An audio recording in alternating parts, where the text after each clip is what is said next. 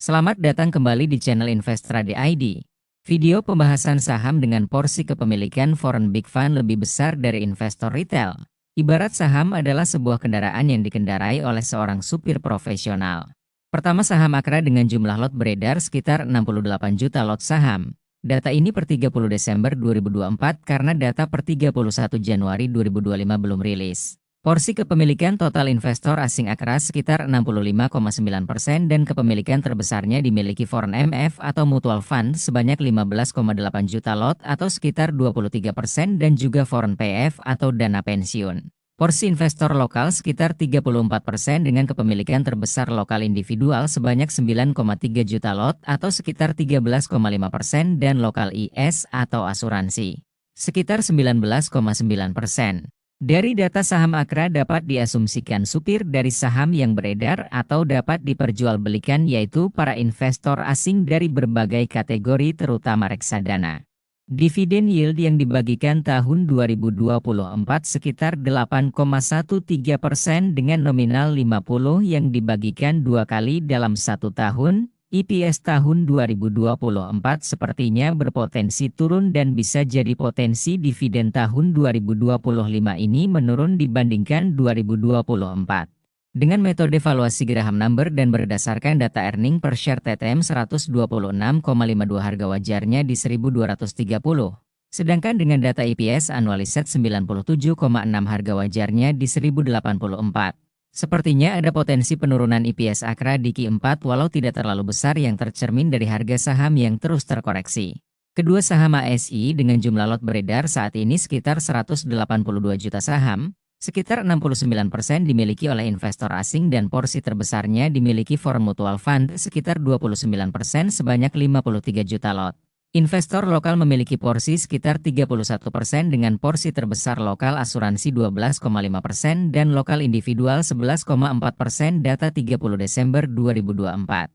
Saham ASI konsisten membagikan dividen dan dividen yield saham ASI sekitar 10,6% pada 2024 kemarin. Dan jika melihat EPS ASI saat ini bertumbuh yang berpotensi memberikan dividen besar di tahun 2025, tetapi bergantung pada perusahaan akan memberikan berapa persen payout ratio 2025.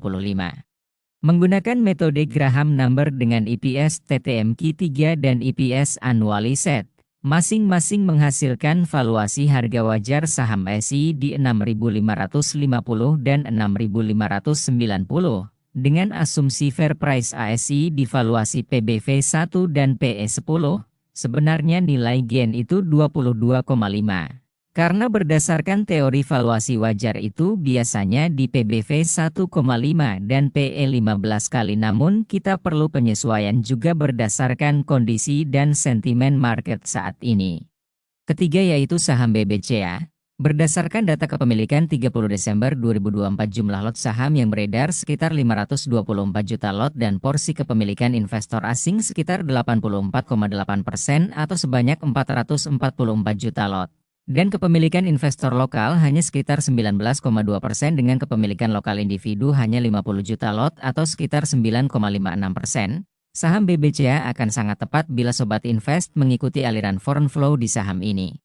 BBCA rutin membagikan dividen dan yield tahun 2024 sekitar 2,97% dalam 2 kali pembagian. Memang secara dividen yield cukup kecil. Karena payout rasio BBCA cukup kecil dan justru ini memberikan BBCA ruang pertumbuhan karena nilai laba ditahannya cukup besar dan secara konsistensi pertumbuhan BBCA masing menjadi saham big banks terbaik sampai saat ini. Valuasi berdasarkan Graham number menggunakan data EPS full year saat video ini dibuat harga wajarnya di 4.617 dengan asumsi fair PBV 1,5 dan PE 15. Namun kita tahu BBCA konsisten growth bahkan pada data terbaru 2024 EPS-nya naik cukup tinggi, maka saya atur valuasi di atas berdasarkan historis -1 MIAN-P dan PBV BBCA dalam 10 tahun, maka harga wajarnya di 8.693. Keempat ada saham BBNI dengan jumlah lot saham beredar sekitar 149 juta lot. Dari data kepemilikan investor asing sekitar 65,6%, sebanyak 97,8 juta lot dengan porsi foreign MF sekitar 25% dan data investor lokal sekitar 34,36%, sebanyak 51,2 juta lot saham beredar. BBNI rutin membagikan dividen dan dividen yield tahun 2024 sebesar 6,08%. Kabar baiknya EPS full year tahun 2024 menunjukkan pertumbuhan walaupun pertumbuhannya kecil namun potensi dividennya masih menarik untuk dilirik. Berdasarkan data dengan asumsi divaluasi PE15 dan PBV 1,5 maka harga wajarnya di 7.500. Namun sedikit koreksi karena berdasarkan historis BBNI PE8 dan PBV 0,8 yang telah didiskon valuasi Graham Number menghasilkan harga wajar 4.004 dengan data EPS full year 2024.